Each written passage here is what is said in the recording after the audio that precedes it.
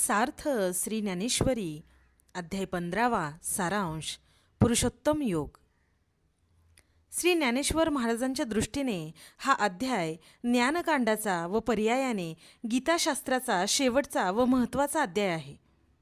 संसाराचे मिथ्यत्व दाखवून व जीवाला आत्मस्वरूपाची प्राप्ती करून देऊन त्यामागची जन्ममरणाची एरझार संपवणे हा या अध्यायाचा विषय आहे.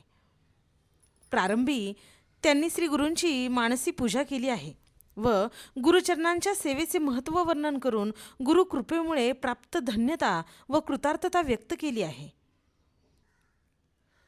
पुढे 14व्या व 15व्या अध्यायांची महती सांगून परमेश्वर स्वरूपाचे यथार्थ ज्ञान अंगी टिकवण्यासाठी वैराग्याचे बल असणे आवश्यक आहे असे सांगितले आहे. संसार हा अनित्य क्षणभृंगर आहे असे मनाला खरोखरी पटले तर वैराग्य अंगी बाणेल. म्हणून हा संसार कसा आहे याचे वर्णन श्री ज्ञानदेव अश्वस्थ वृक्षाच्या रूपकाने करीत आहेत. स्वस्वरूप प्राप्तीच्या आड प्रपंचच येत असतो.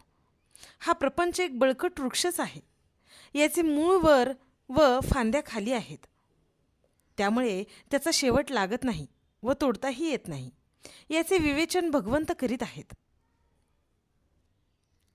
अद्वय, आनंद व निराकार असे जे ते या वृक्षाचे ऊर्ध्व आहे व अनादी सदसद लक्षण अनिर्वचनीय माया ही त्या वृक्षाचे मूळ आहे. या मायेचा ब्रह्माशी संबंध होऊन स्वस्वरूपविषयक अज्ञान उत्पन्न होऊन संसार वृक्षाची उभारणी होते ती कशी हे सांगत असता ज्ञानी लोक याचे क्षणभुंगरत्व जाणतात. म्हणूनच ते थोर व पूज्य आहेत असे भगवान म्हणतात. भववृक्षाच्या वाढीचे वर्णन करून स्वदेज, जारज, अंडज व उद्भिज यातून 84 लक्ष जीवयोनी कशा उत्पन्न होतात, गुणशोभाने या भववृक्षाचा विस्तार कसा होतो याचे अलौकिक व अत्यंत सुंदर वर्णन भगवंत करतात व पुढे सांगतात की निराकार ब्रह्मापर्यंत ज्याचे मूळ आहे, खालच्या शाखा स्थावरापर्यंत असून मनुष्यरूपीमुळे ज्याच्या मध्यभागी आहेत व वरच्या शाखा ब्रह्मदेवापर्यंत विस्तारल्या आहेत. हा बळकट वृक्ष अज्ञानामुळे सत्य वाटतो, वास्तविक तो खोटाच आहे. संसार वृक्ष स्वरूपे करून खरा नाहीच, तो अनादी अनंत आहे. अज्ञानामुळे उत्पन्न झालेल्या संसार वृक्षाला नाहीसे करण्यास यथार्थ ज्ञान हाच एकमेव उपाय आहे. यासाठी अंगी वैराग्य हवे. भगवान सांगतात की माझ्या स्वरूपाच्या ज्ञानाने एकरूप झाले की पुनर्जन्म घ्यावा लागत नाही. कारण ते देहदृष्टीने जरी भिन्न दिसत असले तरी स्वभावत मजशी अभिन्नच असतात. मायेमुळे अज्ञान व मी करता भोगतेपणा, वासना इत्यादी निर्माण होतात व त्यामुळेच जीव पुन्हा जन्मास येतो. अज्ञानी लोकांना सर्व व्यवहारात आत्मा जन्मतो, करतो, भोगतो व मरतो असे वाटते. वास्तविक हे सर्व धर्म प्रकृतीचे आहेत. हे फक्त ज्ञानी लोकांना समजते. मी चराचरात व्याप्त आहे हे उपरोक्त ज्ञानाने अनुभवास येते. सर्व भूतांचे पोषण व धारण मीच करतो. या विश्वात सर्वत्र मीच आहे. परंतु सुखदुःखादी भेदाची अनुभूती मनाच्या उपाधीमुळे दिसून येते. ज्ञानी लोकांना एकतत्वामुळे सुख तर अज्ञानी जीवांना द्वैतामुळे दुःख होते. एकत्वाच्या अनुभवासाठी वैराग्य, संत सहवास, योगाभ्यास, सत्कर्माचरण पाहिजे.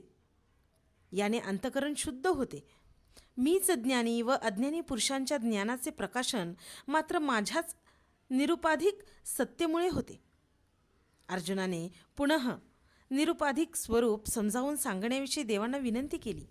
तेव्हा आनंदित होऊन देवांनी त्याला आलिंगन दिले व 2 प्रकारच्या उपाधी सांगू लागले. या जगात क्षर व अक्षर असे 2 पुरुष आहेत. क्षरपुरुष देहासक्त, ज्ञानदृष्टीहीन व उपाधितंत्र म्हणजे पांगळा व अक्षरपुरुष सर्वांगाने परिपूर्ण असा आहे. हे दोघे एकाच ठिकाणी राहतात. या दोहोंपेक्षा वेगळा उत्तम पुरुष आहे तो प्रकट झाला की या दोन्ही पुरुषांना उपाधीसह नाहीसे करता मी ब्रह्म आहे या ज्ञानाने मी देह आहे हे अज्ञान नाहीसे होते व पुढे हे ज्ञानही जिथे नाहीसे होते ते या उत्तम पुरुषाचे रूप आहे. याचे वर्णन करता करता शेवटी देव अर्जुनाला सांगतात, जेव्हा हे जग मिथ्या आहे व आपणच सर्व ब्रह्म आहो हा अनुभव येतो तेव्हाच माझे भजन करण्याची योग्यता येते. मद्रूप झाल्याशिवाय भजन होऊ शकत नाही. हे सर्व वेदांचे सार माझे गुह्यातील गुह्य ज्ञान तू श्रद्धावान, एकनिष्ठ, शुद्ध बुद्धीचा आहेस म्हणून तुला सांगितले. गीता हा अनुभव घेण्याचा ग्रंथ आहे. या अनुभवाने मोह दूर होऊन जीव कृतार्थ होतो व त्याला अक्षय पदाची प्राप्ती होते.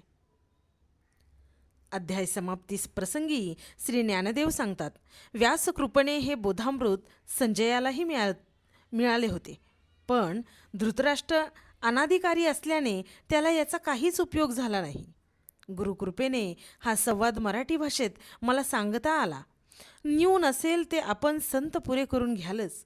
मी आपले लेकरू आहे, प्रेमाने तुम्ही कौतुक करता आहात. हा मायबापांचा स्वभावच आहे.